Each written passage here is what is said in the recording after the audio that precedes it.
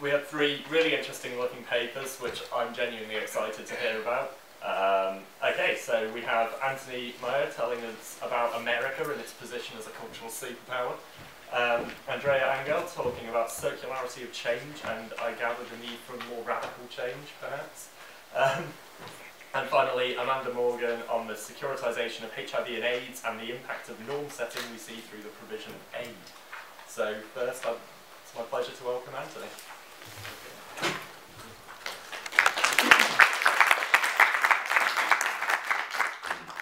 I'm not really going to be talking about, the might of America as a military force and the most terrifying kind of example of military hardware that has ever been seen, but more the kind of friendly side of America.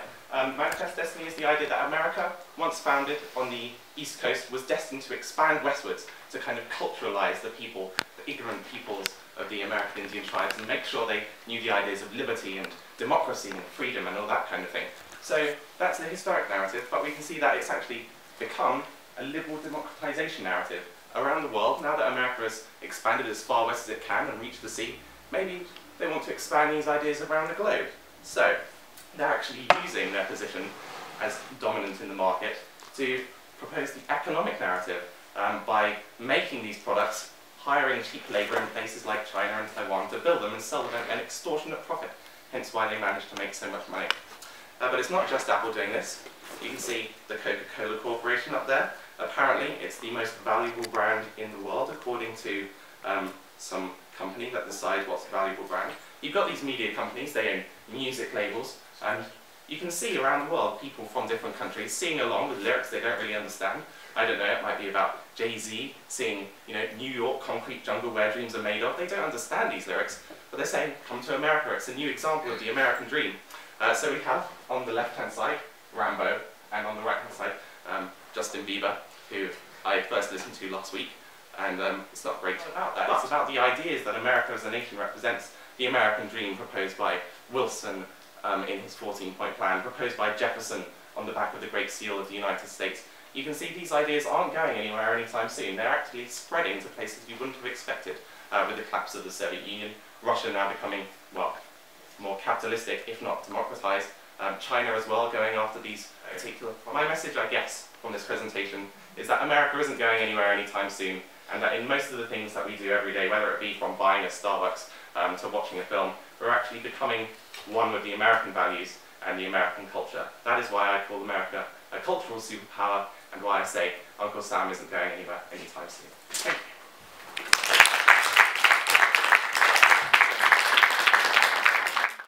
You think that society can be explained in simpler terms, right? I mean, no one here thinks that anymore, but try recalling what the future in society looked like to you when you were 8 years old. Now, naturally, in a capitalist society, man's instincts tell him that going after money will help him get him through the day. Now, we can easily say that nowadays people turn to money for survival. Old people? Yes. Strictly for survival? Not quite. According to Michael Walter, every era has its dominant good, the possession of which can bring its owner access to power. It used to be social status, it used to be political function, but money is our society's dominant good, and having money therefore grants us the possibility of gaining power. Now, if we look at society through the lens of democratic elitism, this means that money is a source of power for the ruling class, but it is a means of survival for the ruled. Therefore, we have this single resource being sought after by 2 distinct classes for 2 distinct reasons. The problem here being that it is easier for the elite to gain their money for power than it is for the ruled and the masses to gain it for survival. So we can easily say that the masses were the ones who suffered the consequences of the financial crisis and the economic recession that followed right afterwards. And we can thus affirm that, in our current system, money and funds are sought after by one class to the detriment of the other. But it is easily predictable that most of the times the ruled end up at a loss. Now we have a kind of zero-sum game saturated with conflict over the same resource, primarily a second-order resource, but which has been upgraded by capitalist society to a first-order status. Generally speaking, when we seek change, We are only overthrowing each other in a pursuit for money. According to the French philosopher Jean-Jacques Rousseau, we've ended up in this situation because we went well beyond our necessary needs. We have created and we live in an over-sophisticated society beyond which we cannot conceive ourselves. So what do we do when things get out of hand? Again, political philosophy forwards us to the option of reinventing our social contract, an option how do you convince people to give up and then stay off money? The ones who don't currently possess it will easily give it up, but the ones who swim in it will not be just as cooperative. What comes next? Is it anarchy? Is it justice? It could be a new world order, and there will most certainly be a new dominant good. Having this last option in mind, we must consider that when nominating a new dominant good, it is imperative that we do not let ourselves lose sight of its use, because otherwise we end back to square one. I want to ask you to consider this scenario a chance to imagine, anticipate, have a little fun with it, and last but not least, brace yourselves, because a new dominant good is coming. Thank you.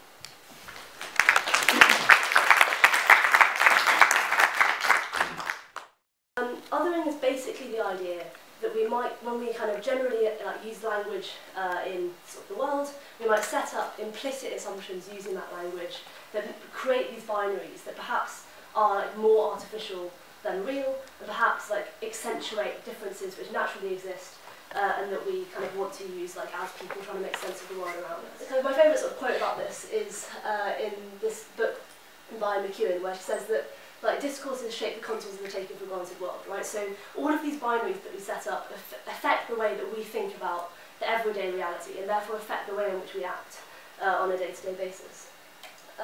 The example of this in the way that it relates to HIV/AIDS at the moment that I wanted to use was represented by these pictures. So on the right you've got Le Pen, and on the left you've got a sort of activist photograph thing based on what he said. So he said that people who have HIV/AIDS are not just infectious, but they're also contagious. They're in everyday danger, they should be quarantined, right? So they're not deserving of the same citizenship rights that we would afford to people every day, but rather we're allowed to take away those rights. We're allowed to say that you're quite literally going to be separated from us, you're going to be quarantined.